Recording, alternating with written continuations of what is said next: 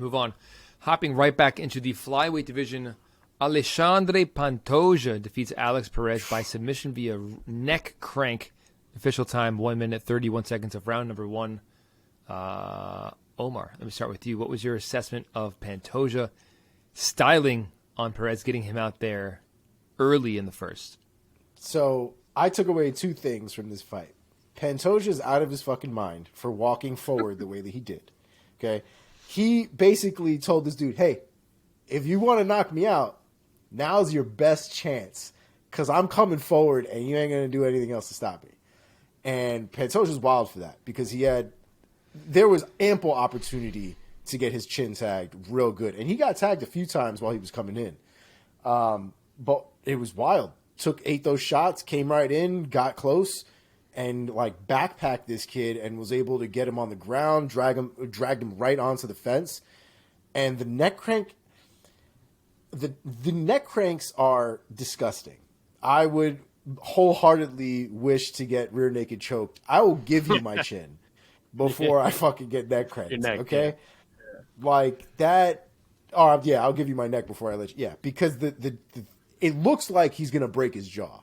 Every neck crank I've ever seen looks like a jaw is about to get snapped straight in half. And I think the worst one we may have ever seen, at least in my recollection, is the Ronda Rousey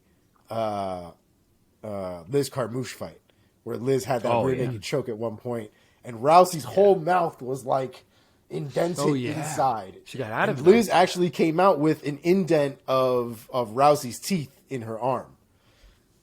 Wild shit. Regardless, Pantoja, animal from beginning to end. He really, really needed a performance like that to solidify that you can't go with anybody else for a title shot at this point. It's got to be me. I wish the landscape was a little bit clearer than it is right now for him because he should be getting a title shot right away after a performance like that. But things are just so crazy in that division, he might not get one as soon as he should. But fantastic performance from him. Mark? You think he had a point to prove in that fight? I mean, holy hell. As we said earlier, the man was supposed to get a title shot against Moreno before they made Moreno figure 3. He gets hurt, he loses the opportunity, and I don't think that sat with him very well because that man came out on fire. He absolutely bullied Alex Perez in every sense of the word, in every phase of the fight.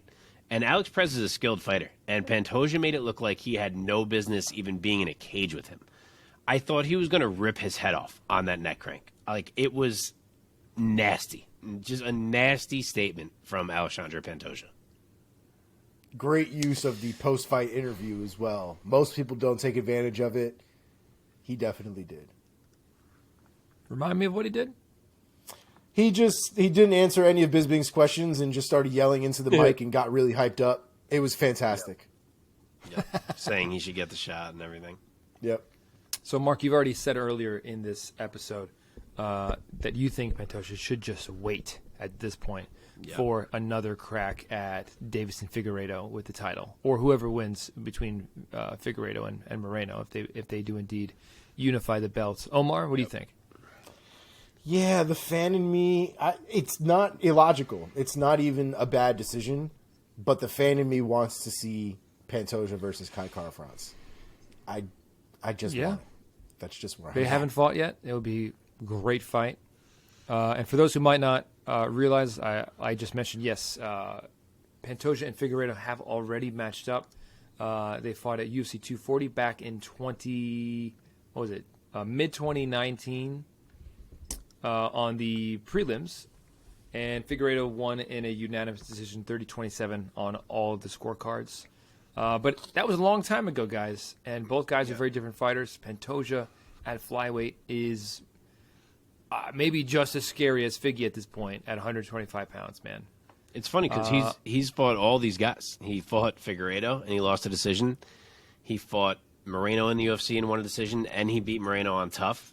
And he beat Kai on tough. Like, he's already been in a cage with all these guys at different points in their careers. You want to match up Perez, or you just want to move on? I got one for Perez. I think him and David Dvorak could be a fun fight, potentially, between two top 10 guys who are coming off losses. I actually think that could be a war. Nice. Omar, you got a name at flyweight where you would want to see Perez go from here? Does anybody He's a know talented what the guy. hell- Pantoja made him look bad, but he's a talented guy. He is. He's a very good fighter. Does anybody know what's going on with Cody Garbrandt? Whether he's sticking around 125, he's going 125. Yeah, he's good fighting. fight. He's fighting at Oh, he is? bantamweight. Oh, he's going back He to went back bantamweight? up. It was He went back supposed to be who? It was supposed to be Ronnie Yaya, I think, and then Yaya got hurt. Yeah. So actually, I don't know if they've rebooked it. He might be fightless, but I think it was supposed to be Cody and Yaya. Yeah, it looks like he's neck injury, currently unknown if there's going to be a replay. Oh no, July 9th. That was already supposed to happen, so no. So I guess okay, he, so- but- he is fightless So he went right back now. up then, but he did go back up. I don't think he's going to go back down then if he went back. Yeah, up to yeah. 125. That would have been an interesting fight.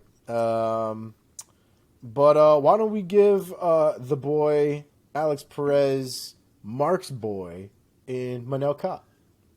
I'd be very down for that. Like How it. Fun fight. I think also a tough fight for Perez. No, Manel Kape can crack. I agree. Let's move on.